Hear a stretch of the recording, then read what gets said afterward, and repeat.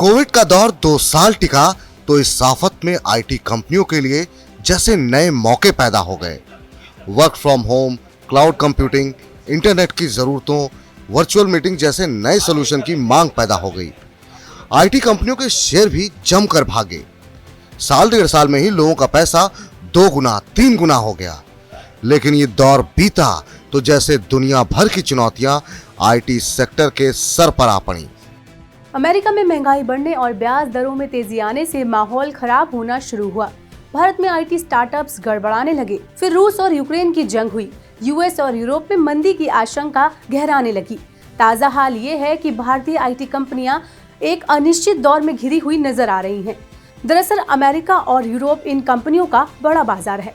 अकेले अमेरिका से ही करीब 80% तक कारोबार इन्हें मिलता है। बस यही चक्कर है कि पिछले 8-9 महीने से आईटी शेयरों में बिकवाली जारी है। विदेशी निवेशकों की आंख का तारा रहा ये सेक्टर अब बेजार हो रहा है।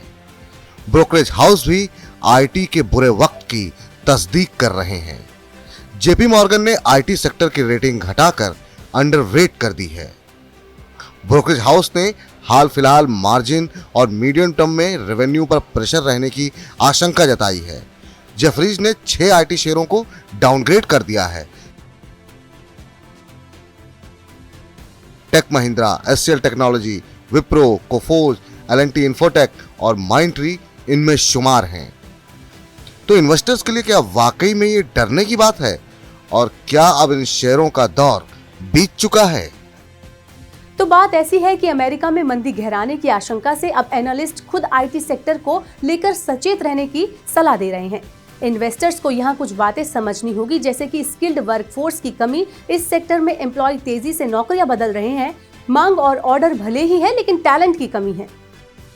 ऐसे समझ लीजिए कि इन्फोसिस, माइंडट्री जैसी कंपनियों में चौथी तिमाही में 1/4 से ज्यादा कर्मचारियों ने नौकरी छोड़ी है।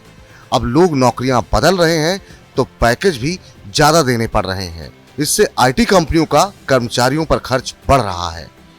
कोविड का दौर गया तो ऑफिस स्पेस फिर लेने पड़ रहे हैं। ट्रैवल का खर्च भी बढ़ रहा है। इन तमाम वजहों से आईटी कंपनियों के ऑपरेटिंग मार्जिन पर प्रेशर बढ़ रहा है। हालात ऐसे हैं कि कंपनियों के पूरे साल के कारोबारी और रेवेन्यू गाइडेंस गड़बड़ा सकते हैं। अब इससे अगली बात करते हैं और वो है वैल्यूएशन की। माना यह जा रहा है कि आईटी सेक्टर की कंपनियों की वैल्यूएशन ज्यादा है। इससे प्रॉफिट को लेकर सवाल उठ सकते हैं और ये पूरा माहौल शेयरों में और गिरावट पैदा कर सकता है। HDFC सिक्योरिटीज ने तो ये कह दिया है कि आईटी शेयर अभी 8 से 10% और नीचे आ सकते हैं। यानी आईटी शेयरों पर दांव लगाने की सोच रहे हैं अगर इन्वेस्टर्स, तो उनके लिए राह में मुश्किलों का अंबार है। जब तक आईटी इंडस्ट्री अपनी कोडिंग में आई इस गड़बड़ी को दूर नहीं करती, तब तक रिटर्न के लिए इन्वेस्टर्स को भी इंतजार करना पड़ेगा।